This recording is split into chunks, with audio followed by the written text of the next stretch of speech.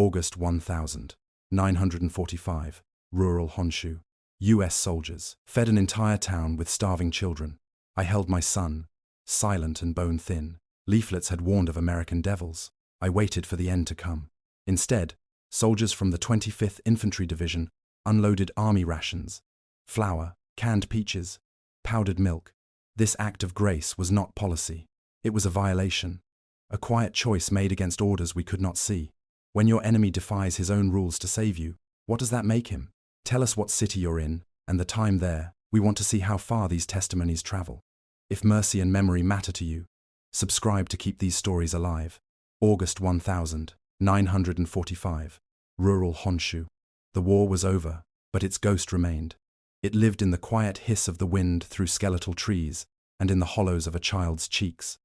Hunger was the new emperor, and its rule was absolute. In a small village nestled between hillsides stripped bare for fuel, a line of people had formed along the dusty road. They were mostly women, grandmothers, and children, their bodies thin frames draped in patched clothing. They stood not with anticipation, but with the exhausted stillness of those who had learned not to hope. Across the road, a different line had formed. American soldiers stood at attention, their uniforms crisp, their faces unreadable. They were men of the US 8th Army, part of the 25th Infantry Division, the first wave of the occupation. To the villagers, they were not just men. They were the fulfillment of a prophecy, the monsters from the leaflets that had rained down from the sky months before. The papers had warned of devils with horns who would burn their homes and steal their children. Every villager braced for the blow, for the final, brutal act of a war that had already taken their sons, their husbands, and their food. One woman in the line, a widow whose husband had been conscripted and vanished into the war machine, held her small son. He was too weak to cry, his head resting against her shoulder with a weight that felt both impossibly heavy and terrifyingly light. She watched the soldiers, her heart a cold stone in her chest. She had taught her son the drills, how to hide, how to be silent. Now, there was nowhere left to run, but the violence she expected did not come. There were no shouts, no rifles raised in threat. Instead, a command was given in a language she did not understand, and the American soldiers began to move with a strange, disciplined purpose. They turned to their trucks, not to pull out weapons, but to unload heavy sacks. One after another, the canvas bags hit the ground with a soft thud. Flour, tins of canned peaches, cartons of powdered milk. The sight was so baffling, so contrary to every warning she had ever heard, that it felt like a dream. This was not the act of conquerors. It was something else entirely, something for which she had no name. Among the soldiers was a private named Samuel Miller, the son of a Kansas farmer. He was barely a man himself, his face still holding the roundness of youth. As he heaved a sack of flour onto a makeshift table, he leaned toward the soldier next to him. He kept his voice low, a soft murmur of disbelief. "Back home," he whispered, "we would give this to the hogs. Here, it will save them." His words were not spoken with cruelty or pride, but with a simple, aching sense of wonder. The sheer distance between his world and this one was measured in a sack of flour. What was surplus on his father's farm was, in this small village in Honshu, the difference between life and death. He looked at the line of silent women and children, their eyes wide and dark, and felt a knot tighten in his stomach. He had been trained for months to fight an enemy. He had been taught to hate, to kill, to survive. No one had ever trained him for this. No one had told him what to do when he saw the enemy's child starving. The widow watched as an American sergeant, a man with a stern face and careful movements, organized the distribution. It was done with an unnerving order. Names were not taken. No one was forced to bow or offer thanks. A loaf of soft, white bread was simply placed in her hands. It was impossibly heavy, impossibly real. She broke off a small piece and held it to her son's lips. He was hesitant at first, his mouth having forgotten the feeling of real food. Then, slowly, he began to chew. It was the first bread he had tasted in years. The texture was soft, the flavor a distant memory of a life before the war. As she watched him eat, a profound and terrifying crack appeared in the foundation of her world. The government had lied. The leaflets had lied. The radio broadcasts that had painted the Americans as inhuman beasts had been a fiction. Everything she had been told about them, everything she had believed with the certainty of survival, could not possibly be true. In that one quiet moment, watching her child chew a piece of bread given to him by the enemy. The war she had known did not simply end, it collapsed. The single act of kindness in that small Honshu village was not an isolated event. As August bled into the cooler days of September 1945, similar scenes began to unfold across the occupied territories. In the coastal town of Odawara, the bread line became a daily ritual. Every morning, the children would queue, their initial fear slowly replaced by a fragile, tentative trust. American soldiers, men who had been trained for assault and invasion, now found themselves ladling thin stew into chipped bowls. They learned to save the bones from their own mess halls, boiling them down for hours to create a broth that could offer a little more warmth, a little more life.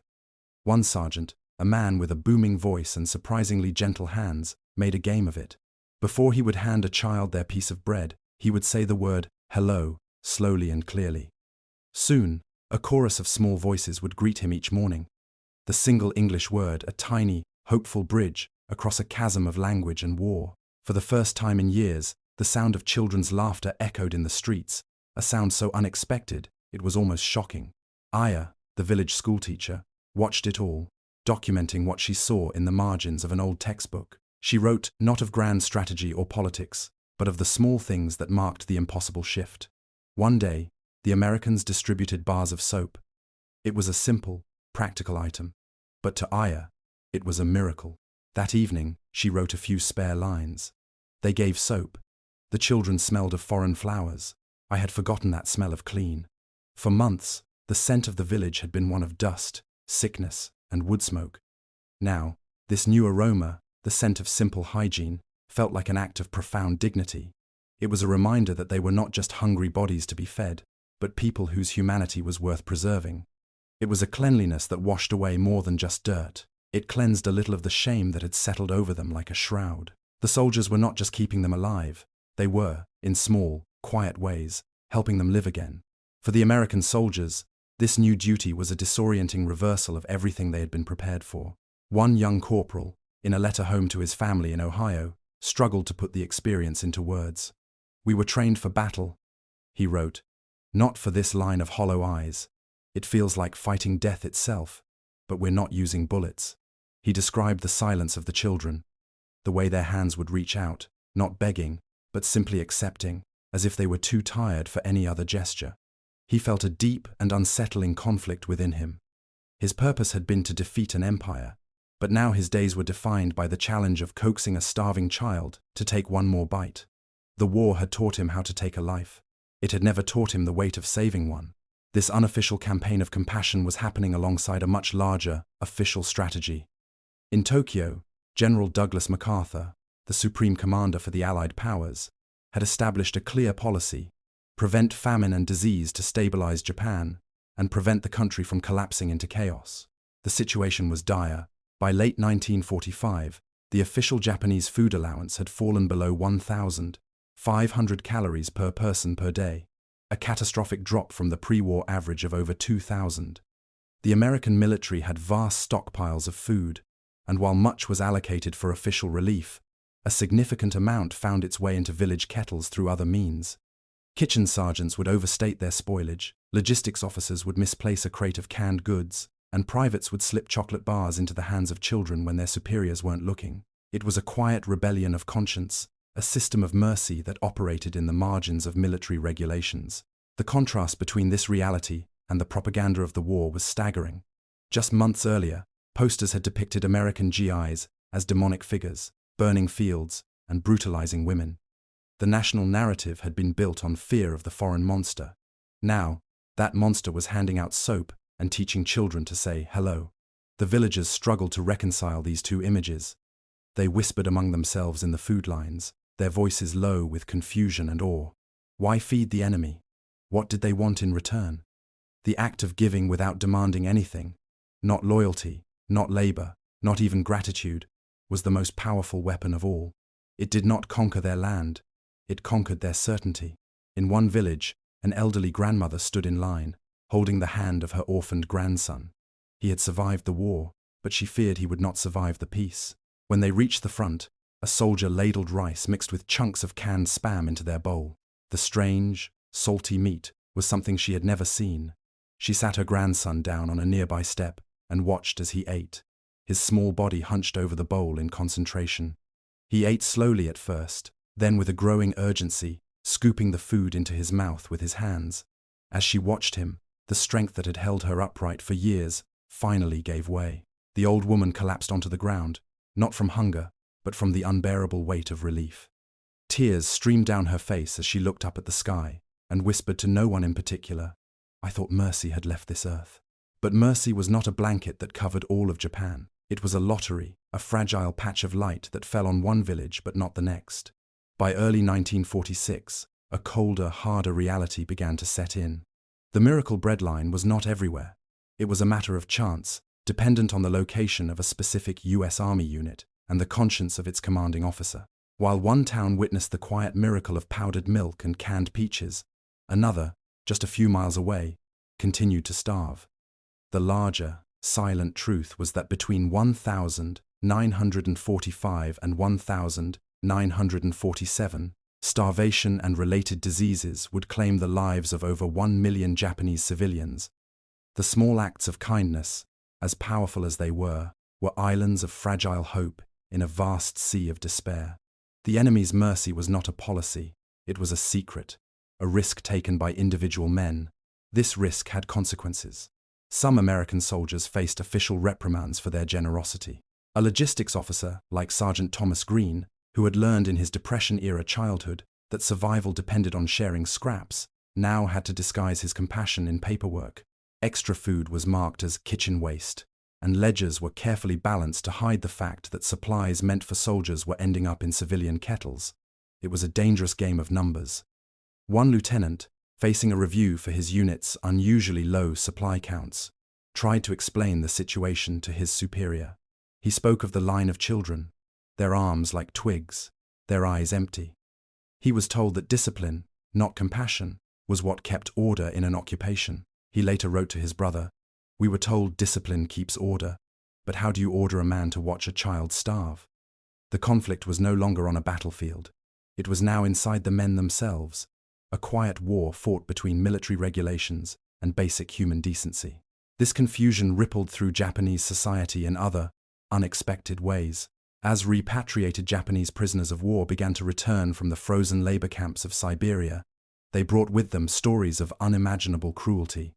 They were gaunt men with frostbitten memories, telling tales of starvation rations and brutal guards under the Soviets. When these men returned to their villages, some were met with stories of the Americans, of breadlines, of soldiers giving chocolate to children. The contradiction was impossible to understand. Families were torn.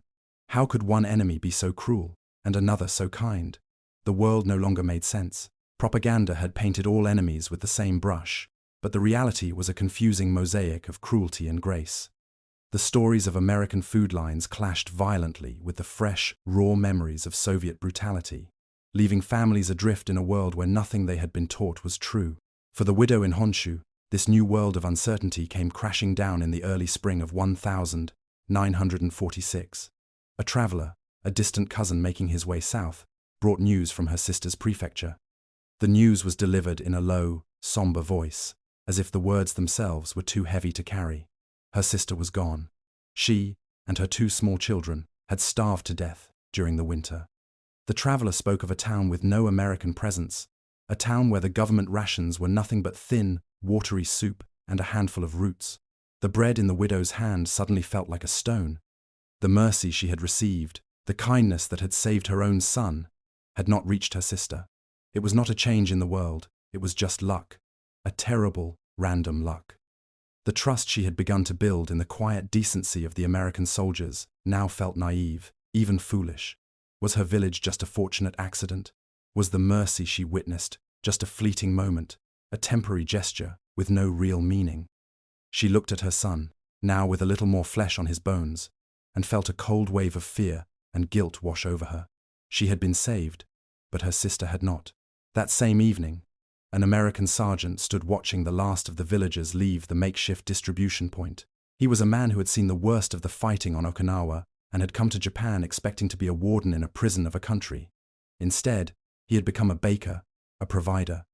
He felt the weight of the villagers' gratitude, but he also felt the precariousness of their situation. He confided in a junior officer, his voice barely above a whisper, wrestling with the same uncertainty that plagued the widow. "We're feeding them today," he said, looking out at the darkening village. "Tomorrow, who knows? Maybe Washington cuts the rations. Maybe a new order comes down. Then what will they remember of us, our bread or our silence?" In the years that followed, a strange and profound silence settled over the memory of the breadlines.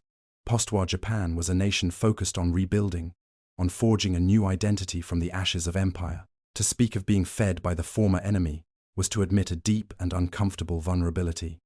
It was an acknowledgement of dependence, a confession that the nation had been brought so low it could not even feed its own children. The shame was quiet but immense. For decades, the children who had survived because of American flour and canned peaches rarely, if ever, spoke of it. The memory was packed away, a private, complicated piece of their history that did not fit into the public story of Japan's miraculous recovery. It was a secret kept not out of malice, but out of a deep-seated need for dignity. To remember the kindness was also to remember the helplessness, and it was the helplessness that a proud nation wanted desperately to forget. This silence was mirrored on the other side of the ocean. The American veterans who had distributed the food returned home to a country eager to move on. They were celebrated as heroes who had won a great victory, and the stories they told were of battles fought and comrades lost. The quieter, more complex moments of the occupation often went unmentioned. In their letters home, soldiers like Private Miller had talked about guard duty, the weather, and their longing for a home-cooked meal. They rarely wrote about the lines of hollow-eyed children or the feeling of placing a piece of bread in a small, trembling hand.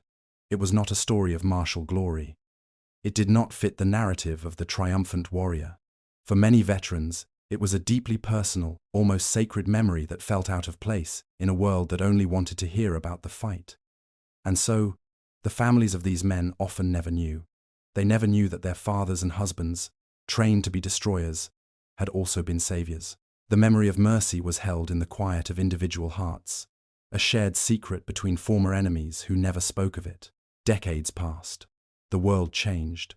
Then, in the 1980 seconds, as a generation began to face its own mortality, the silence started to break. Historians with tape recorders began to seek out the elderly, asking them to remember the days of the war and its immediate aftermath. In these oral histories, the forgotten stories of the breadlines began to surface. Now, elderly Japanese men and women, their voices softened by age, recalled the shock of those first encounters. They spoke of the first taste of a canned peach, a sweetness so intense it felt otherworldly. They remembered the foreign smell of American soap and the astonishing sight of soldiers who gave, without demanding anything in return. The shame had faded with time, replaced by a quiet, enduring sense of wonder. The act of being fed had not been a humiliation. It had been a moment of human connection that defied the logic of war. The widow, now a grandmother with lines of time etched around her eyes, finally shared her story. She told her granddaughter about the fear, the hunger, and the day the American devils arrived. She described the weight of the bread in her hands and the look in her son's eyes as he took his first bite. "I tasted America before I understood it," she said, her voice a soft whisper. "It was not a flag or a soldier. It was bread in my hands and life in my child's eyes." Her memory was not of a defeated nation, but of a mother who had watched her child live another day. For her, the bread had never been about politics. It had been about survival and the unexpected grace that had made it possible. The American veterans, too, began to speak. In reunions and interviews, they finally gave voice to the memories they had carried for so long. They remembered the faces in the lines, the silent gratitude, and the profound sense of purpose they had felt. One veteran, a man who had fought his way across the Pacific, said that the occupation was the only time the war ever truly made sense to him. "We fought to kill," he admitted, his voice thick with emotion. "But I only felt human when I fed." The act of giving had been a kind of healing, a way to reclaim a part of themselves that the brutality of combat had tried to extinguish. In the end, the controlling image that remained, the one that endured beyond the propaganda and the politics, was that simple, powerful moment. A starving child in 1945, biting into a piece of soft white bread. Honor is not always in the fight. Sometimes it is in the loaf of bread handed to the enemy's child. That day, In a small town in Honshu, a generation of starving children learned that their enemy's greatest strength was not the power to conquer, but the grace of restraint.